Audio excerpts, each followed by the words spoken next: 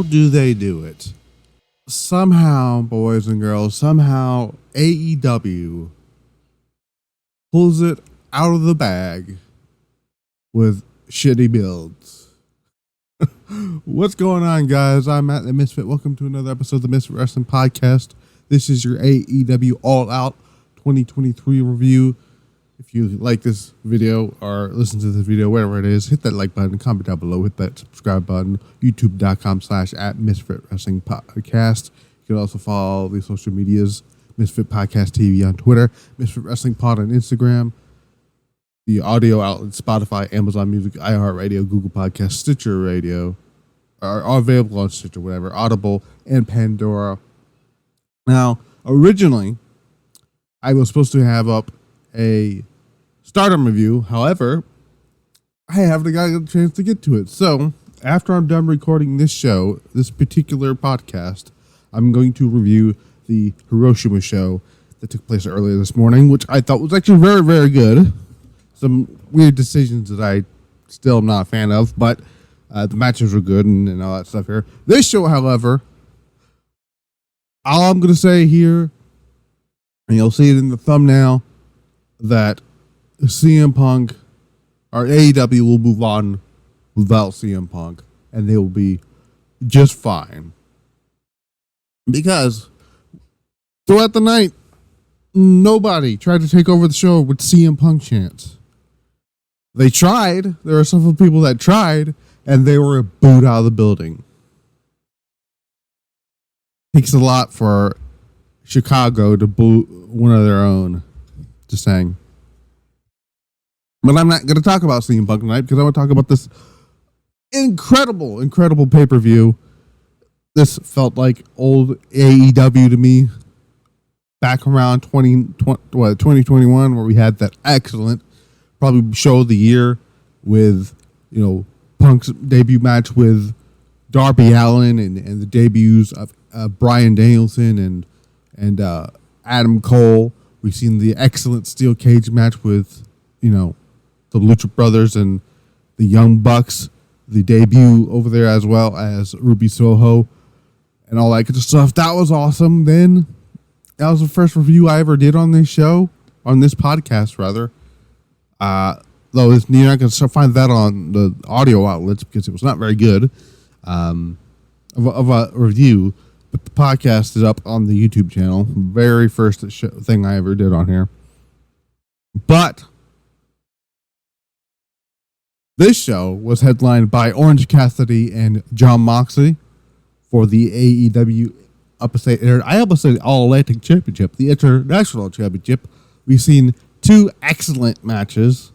Konosuke Takeshita defeating the cleaner Kenny Omega, and a brutal strap match between the American Dragon Bryan Danielson, who made his in-ring return after a 2-month hiatus after breaking his forearm in his match with Okada at Forbidden Door back in June. We've seen some other stuff happen on the show. We had 3 pre-show matches. We had the over-the-budget Battle Royal. We had the Trios match, which I will talk about that because I liked something that happened in the match that I'm very, very interested in, and hopefully they pull it out at some point. And then we had the Trios match for the Trios titles. All that stuff here. We see the debut of the former Lana, now known as CJ Perry, or goes by a real name CJ Perry, but the formerly known as Lana from WWE. They kind of built that up through Miro's promos. We'll talk about that. We'll talk about them teasing a eventual championship program with Samoa Joe and MJF, which sounds like a lot of fun. And it's about to wrestle. So there's that. So let's talk about it. Let's open AEW's All Out review with the over the budget Battle Royal. It was actually, I guess, a charity promo Battle Royal here. Earlier on the show, we've seen on the pre-show, we've seen people talk about that this match in particular. Prince Nana was like, well, the charity is going to go to the Mogul Embassy charity, which I thought was pretty funny. Bryan Danielson.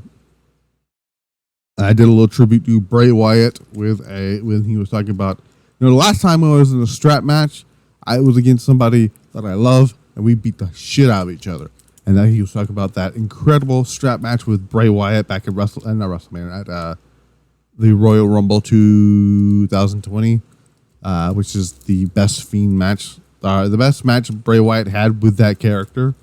Actually, two of Bray's best matches came with that character. Two of Bray's best matches as that character came with Bryan Danielson. That's what I was trying to say. The match at Survivor Series 2019 was with Bryan, and then the incredible strap match with Bryan at the Royal Rumble that year, the 2 months later in 2020. This was not that, though. This was, what do you want to do in this match, Bryan? Yes moment here. But we'll talk about that when we get to that here. The Over the Battle Royal featured the following participants here. We had Tony Nese, Serpentico, Sean Spears, Commander, Angelo Parker, Dalton Castle, Darius Martin, Chuck Taylor, Bishop Khan, Matt Menard, Jake Hager, Mark Davis, Daniel Garcia, Scorpio Sky, Action Andretti, Kyle Fletcher, Trent Beretta, Toa Lino, which I didn't see that. Is that? Oh, that's one of the guys from the embassy. Brian Cage, and the winner of the match, Hangman Adam Page. It's weird to see Hangman Page on the pre-show. I do think it's funny that Adam Page was the only member of the Elite to win match tonight. But we'll talk about it. But yeah, this was just to get the Hangman Page getting the win here. I want Page cuts off Brian Cage and Leona, whatever you want to call him, whatever. Gets hit with the buckshot layer. Page eliminates Toralona. Page then blocks the disc lariat that was coming from Brian Cage. Gets hit with a neck breaker. Page is nearly eliminated, but skins the cat, pulls Cage on the apron. They trade blows. Cage goes for a pile driver, but Hangman was able to hit the Deadeye and get the win in the over the budget battle royal. Again, nothing too big happened, special about the battle royal outside of the fact that Hangman Page won. So there's that. Then we had a trios match. Women's trios match. It was. I'm looking at the Stardom. I was looking at the Stardom results. I got to record that review after this. We had Hikaru Shida, Willow Nightingale, and Sky Blue. They took on Athena, Mercedes Martinez, and Diamante with Billy Starks in the corner because Billy Starks recently turned heel. She was, last time I saw Billy Starks, she had that great match with Tommy Hayashita in GCW. That was the last time I saw her. It was nice to see her around. Babyfaces get the win here, but one of my favorite things I like to talk about this match here is the interaction between Shida and Athena. Shida gets tagged in. Athena gets tagged in. They come face to face. The crowd eats it up. Give me that match tomorrow at TonyCon. That match would... There's a match you can do for the Ring of Honor Women's Championship if you want to, and then give Shida a chance to do stuff on Ring of Honor. But, that match would slap so hard. But obviously...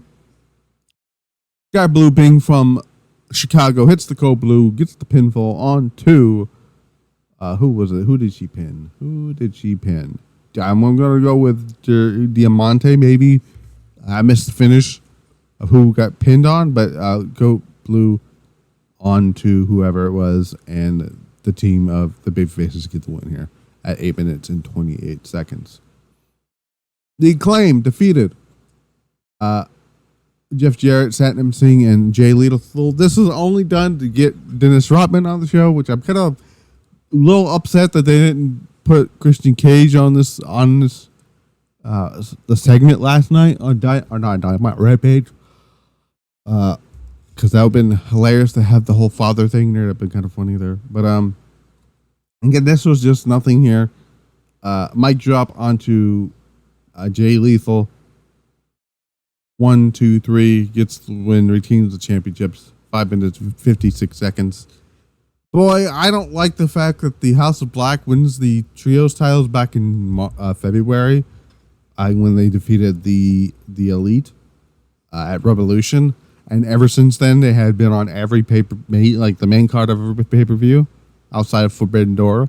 I still don't feel like, I don't know why the majority of the House of Black's pay-per-view the title defenses where it gets fucking Acclaimed. And again, I still don't get it. Why did the Acclaim win the titles at All In? They lost to the House of Black not once, not twice, but 3 times. 3. I'm not going to go into a bigger rant there, but they've been moved back to the pre-show. The trio styles don't mean anything, so it doesn't really matter on that. But the show opened with MJF, Adam Cole defending the Ring of Honor tag team titles against, still for some weird fucking reason, Alex Reynolds and John Silver. Evil Uno was there. Match was fine. The start of the match was the neck of MJF, and it seems like they're going to go with a story there that MJF, the whole neck thing, they're going to pretend, make it look like that Adam Cole cares more about MJF's neck than Roddy Strong's neck, and Roddy's going to bitch and moan about it. But they hit the double clothesline onto whoever it was. It might have been Alex Reynolds or John Silver.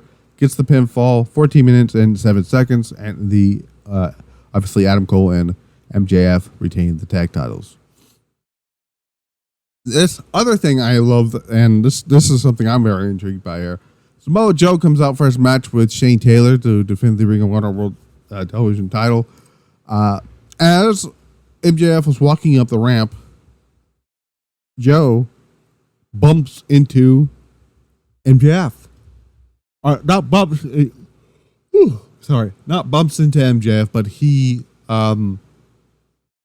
shoves him, and it's right there. It was because back in, what was it, 2015, when they did the Brooklyn show where Joe defended the title against Nakamura. I think that's what it was. No, it was 2016, not 2015. 2015 was the year before. Joe wasn't in the company yet, so yeah, okay. And MJF was an extra for Joe's entrance. Then, at this point here, Joe locks MJF in guillotine choke, which is kind of hilarious when you figure out what's been going on this past week. Both men are separated by security. The crowd is chanting, "Let them fight," teasing an eventual. Seems like they're going to do MJF versus Samoa. There's a good chance. Samoa Joe possibly winning the Grand Slam tournament to get a chance to face MJF for the title. It's right there if you want to do it. Shane Taylor loses, though. This match was not very good. I mean, it was okay. It was slow. But Samoa Joe retains the championship, puts on the Coquina clutch, and Shane Taylor submits in under 6 minutes and 22 seconds. Like I said, nothing too big happened in there. The story of what happened with Joe was the stuff with MJF.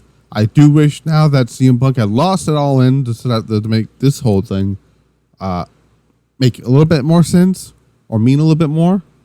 But I'm looking forward to it either way. Christian Cage defeats, Luchasaurus defeats Darby Allin for the TNT Championship. This match was actually this match was a lot of fun. But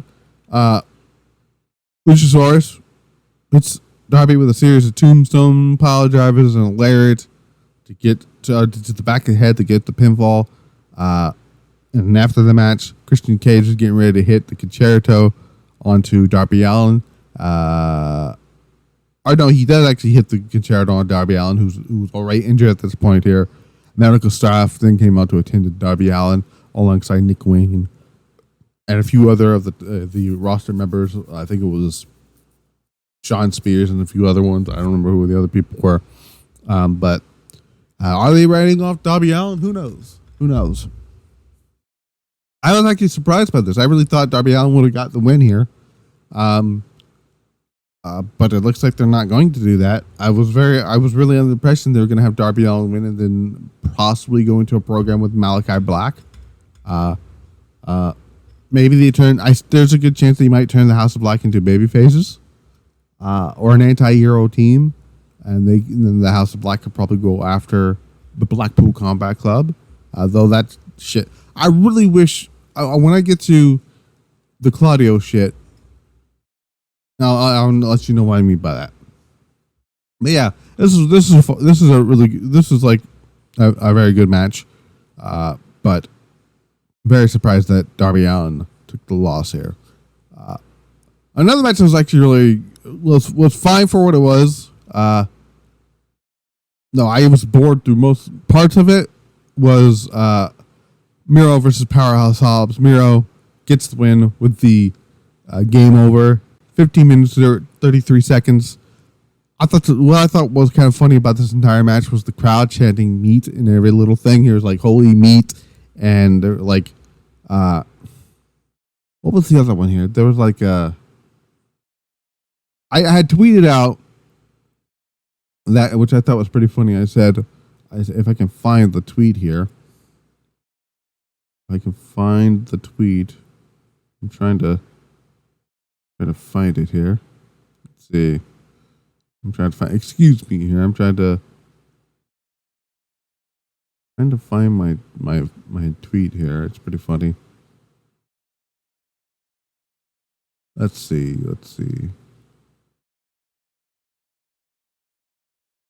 Oh, here we go. Slap that meat was the chant. It says chant in Chicago. Something I never thought I'd hear at a wrestling show. Anything regarding slapping meat as a chant. Still didn't see that coming. Nyla Rose had a great post on Twitter. Shout out to Nyla Rose. She's funny as hell. I forgot all about this gimmick until she fucking put it up on Twitter. She said, shout meat all you want. Sean Stasiak is not coming out. It took me a second to realize what the fuck she was talking about. And then I remember Sean Stasiak used to be called Meat. and he has the PMS, Pretty Mean Sisters, group with him. And I'm like, oh God. Meet with PMS. I forgot all about that till she said something. But that shit was funny. Man, that shit was hilarious. But after the match, which I thought was very interesting here, so they shook hands, and then Hobbs attacked Miro, despite the show of respect. Hobbs starts choking out Miro, and then is interrupted by the debuting CJ Perry, who had hot flexible on her entrance graphic. I was gonna make a beat joke there. I'm not going to do that. I was calling her Jack Perry. Oh, I gotta be careful there. CJ Perry attacks Hobbs with a chair. Hobbs misses CJ, but Miro recovers and levels Miro with Miro delivers Hobbs with a series of chair shots. One of them with a chair shot to the head. Miro shakes his head and abandons his wife, seemingly frustrated by her presence. So I don't know what they're gonna do. I don't know what the story that they're going with for this, but they kind of set this up for months now with his promos, trying to say that well, for one, he said I don't need my god and I don't need my hot flexible wife or something or whatever he said. So they're clearly doing something. I'm very intrigued to see what they're going to do here. TBS Championship match. Chris Statler defeated Ruby Soho to retain. This match was actually was fine. Was much better than the last TBS title pay-per-view match. But the interesting part of this, what I liked here, which I thought was intriguing. So Saraya hands Ruby Soho the can of spray paint, right? Toni Storm comes out from underneath the ring, which I didn't know she was underneath there, in her Marilyn Monroe distraught self, and takes the spray can away from Ruby Soho. And Statlander hits the Saturday Night Fever to get the win and retain at 12 minutes and 19 seconds. I was like, Toni Storm just screwed over Ruby Soho.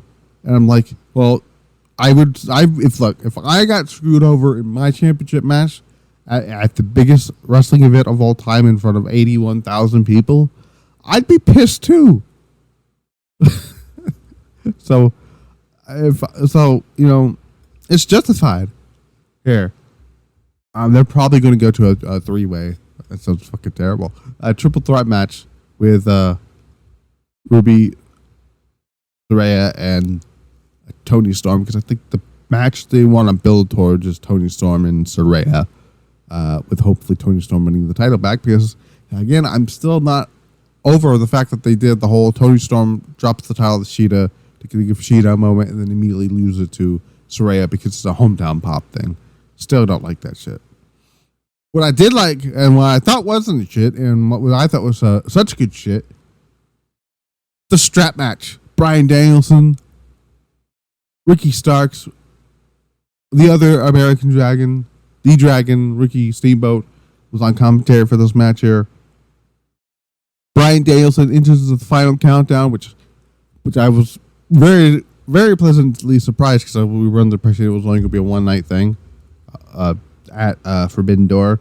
But, I would be perfectly fine if Danielson's pay-per-view matches, his entrance theme for pay-per-views is the final countdown. I'm perfectly fine with that, unless he wants to enter, what the hell's that damn show?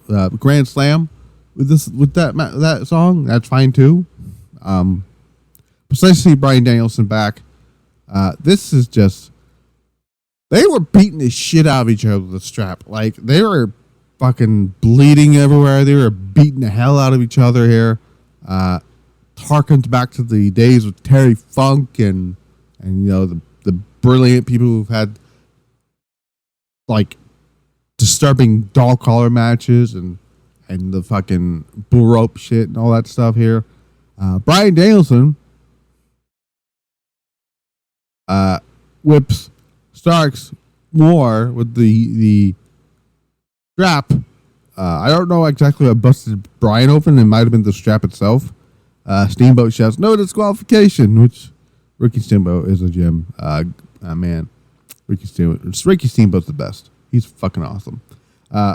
Danielson gets back in the ring, or gets Starks back in the ring, softens him with a few kicks in the midsection.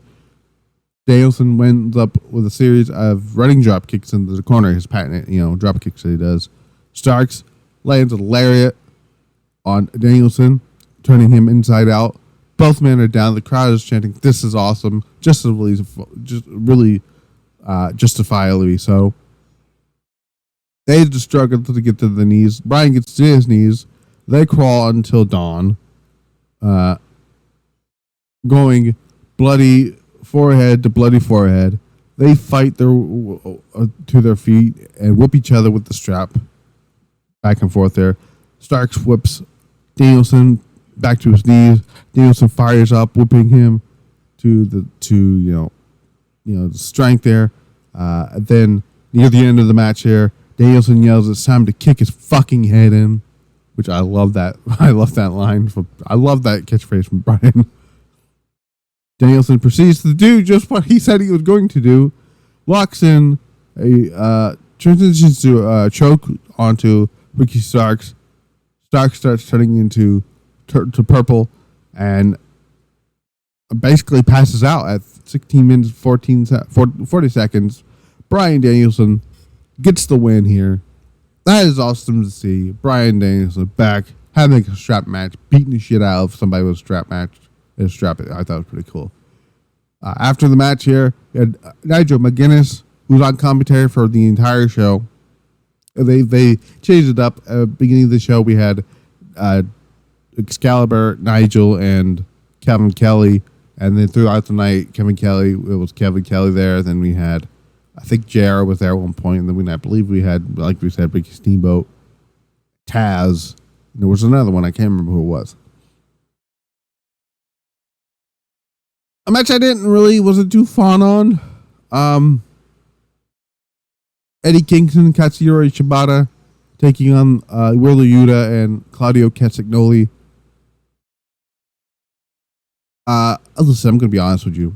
Blackpool Combat Club get the much fucking needed win because they've been losing a lot lately. Which, well, okay, let me rephrase that. Let me take that back here. They've been losing more TV matches than they have pay-per-view matches, if that makes sense. But here's the dumb. This is the dumb part about this match. I hate it here. So Claudio hits a neutralizer for getting a near fall on Kingston. Fights out the Ricardo bomb, hits the spinning back fist. Kingston hits a Northern Lights bomb for a near fall. Shibata then neutralizes Yuta with the rear naked choke. Claudio, well, first of all, Eddie Kingston is fucking doing dumb babyface syndrome, getting distracted. Turns around, gets hit in the face with a European uppercut, and Claudio gets the win here. I personally did not care for this match, and I'm going to be 100% completely honest, and I told one of my friends this because I'm kind of over this program. So, and here's what I said here. If I can find it.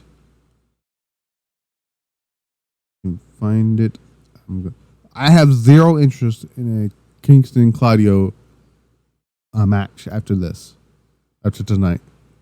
I'm over this feud. This feud is supposed to be a Ring of Honor feud. Why is it bleeding into AEW television? I don't give a shit that they're both under AEW contract. By the way, I don't know if people remember, but Eddie Kingston, quote unquote, quit AEW in storyline purposes. Are we going to find out why and how he got let back into AEW? Like with Moxley, with MJF, the whole fucking thing saying, "Oh, if you come back, I'll give you this X amount of money, and you have to do the pay-per-view on Sunday," or whatever it was. We didn't get any of that with Eddie Kingston. He just showed up. I don't care about Eddie Kingston versus Claudio. I don't care. And that's sad to say because I do like Eddie Kingston, but sometimes his matches are sometimes not very good. And this was one of them. This was not very good in my opinion. But what was very good was Kenny Omega, Konosuke Takeshita. My God. We had a bloody ass strap match, and then we had a fine wrestling classic match. Kind of similar to what happened last night at Payback, where we had a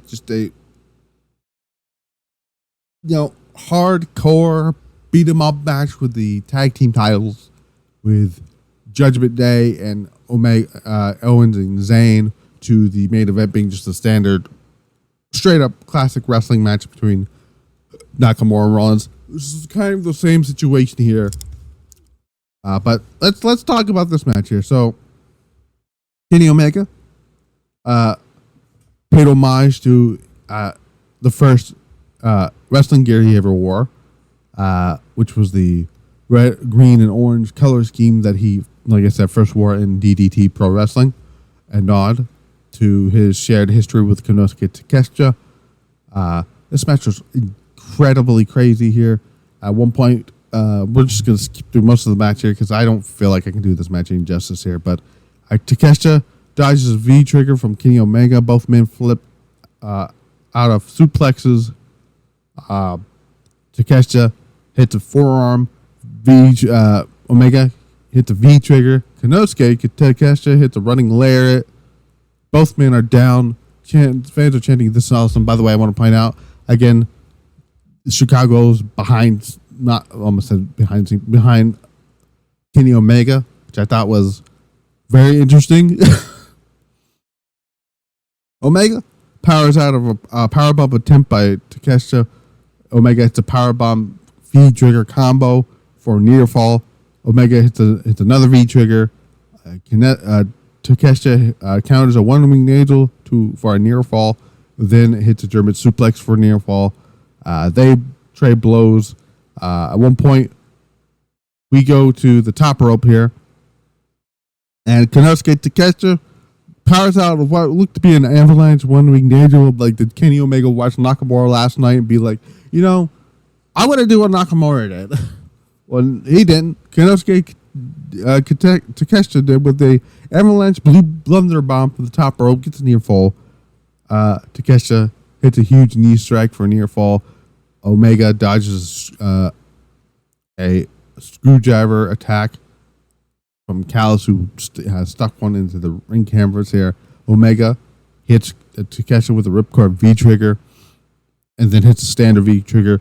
Takeshita grabs the screwdriver and to block one of the one-winged angels, but the referee sees it, takes the screwdriver away from him, throws it out of the ring. They trade near falls.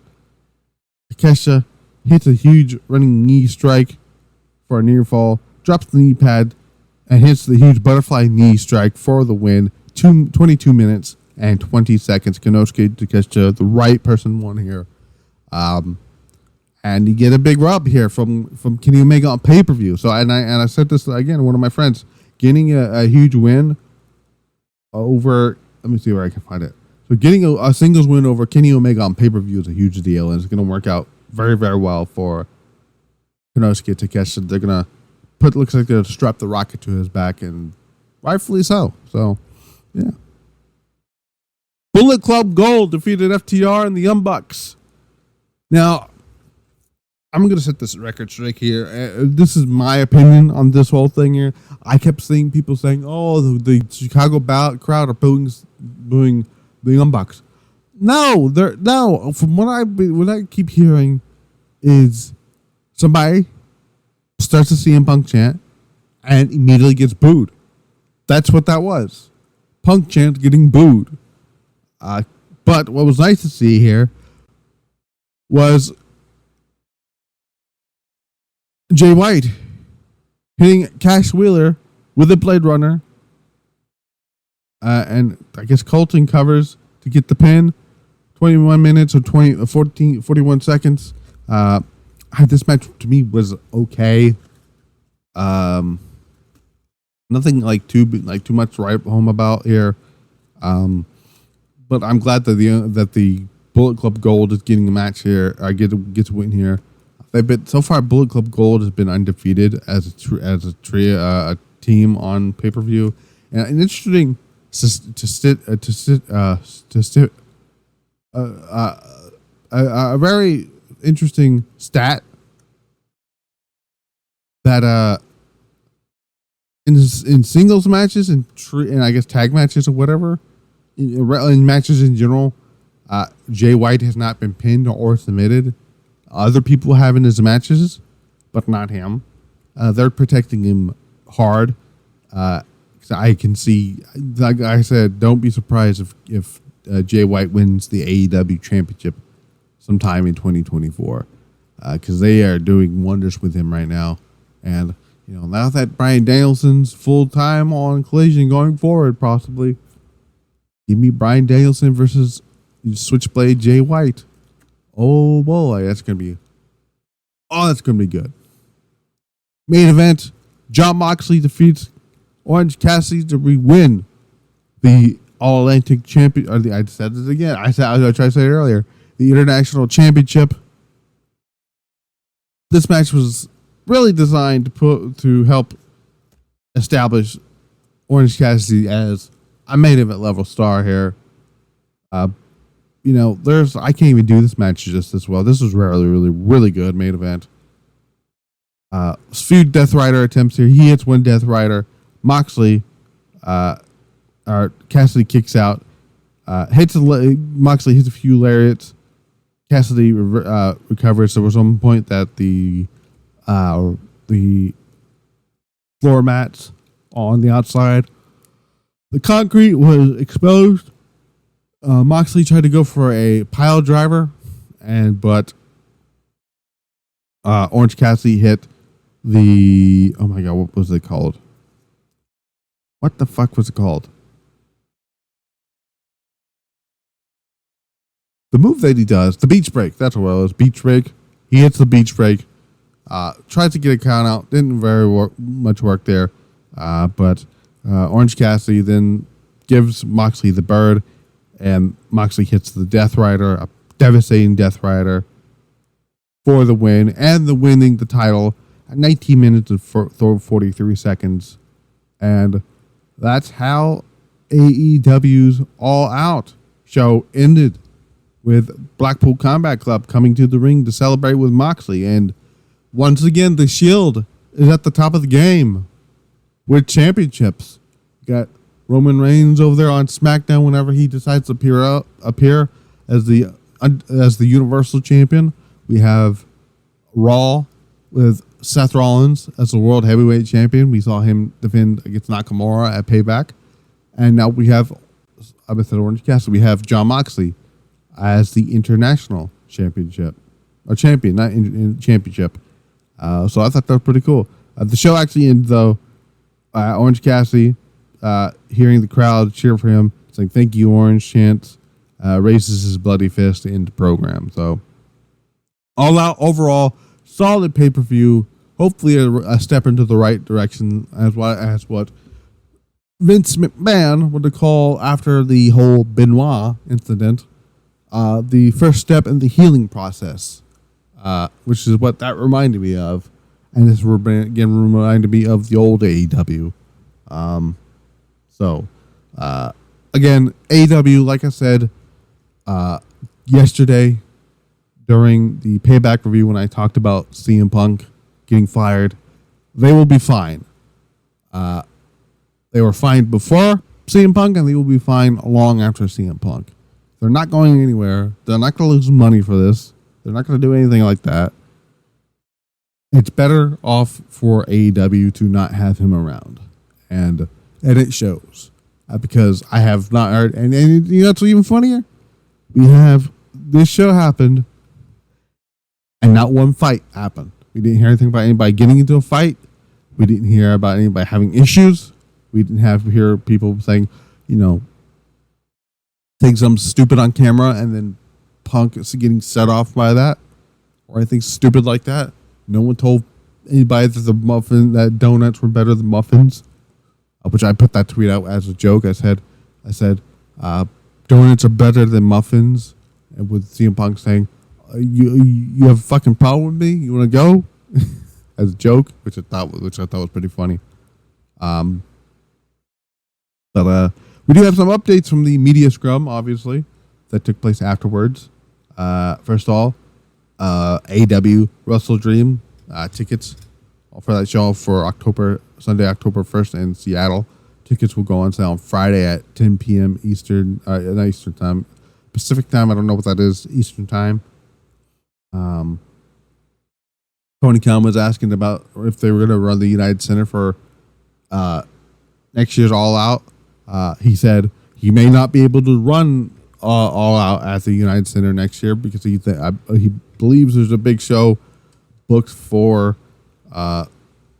that weekend, for Labor Day weekend. He would have to figure that out here.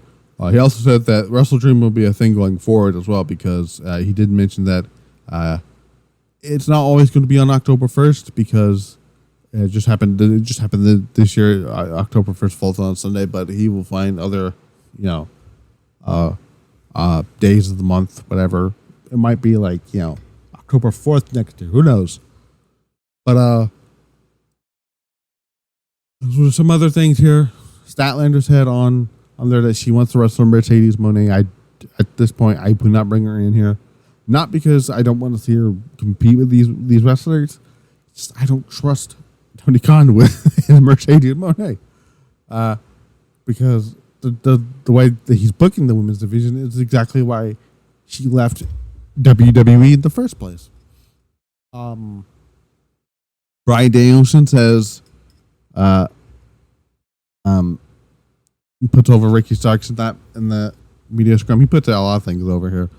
Man, Bryan Danielson is just a humble guy, man. Why couldn't CM Punk be more like Bryan Danielson? It fucking infuriates me that we had to come to that shit last week. Apparently had issues with fucking William Regal, but I'm not going to go into that. I'll save that shit for Wednesday. Let's see. Am I missing anything else importantly out there? He did confirm that Sonny Kiss, if anybody knows, he was removed from the roster page rather. That's because Tony Khan confirmed that his contract wasn't renewed. But he did put over Sonny Kiss.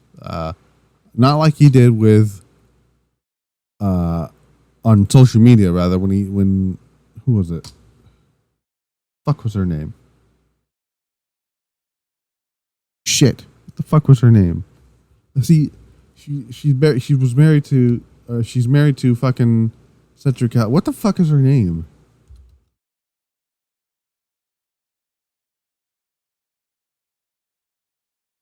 What did she go by? Big Swole. That's who it was. I can't remember. Fucker. I could not for the life of me remember her name.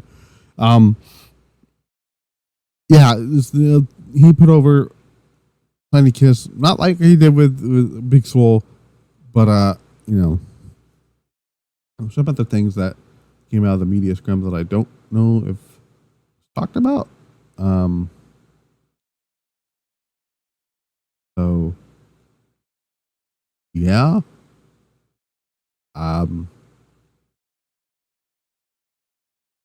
The what the fuck was it? The final countdown. He puts it over. He hopes he has it more going forward. I made the joke that saying, all that money that Tony Khan saved. Where did I tweet that out here? It was a joke here. Yeah, the money TK saved on CM Punk went to the final countdown for Bryan Danielson. I'm okay with that.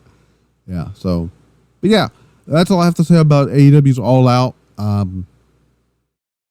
Again, solid pay-per-view, step in the right direction. I hope for AEW getting out of that process of and the phase of putting Philip J. Brooks behind them. Hopefully, they can move on.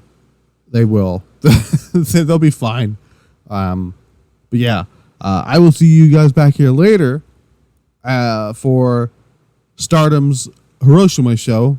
I got to review that show because I completely forgot to do it earlier. Or I didn't forget it, just hadn't got to it. And by the time I was going to get ready to do it, it was time for the All Out pay-per-view. So, yeah.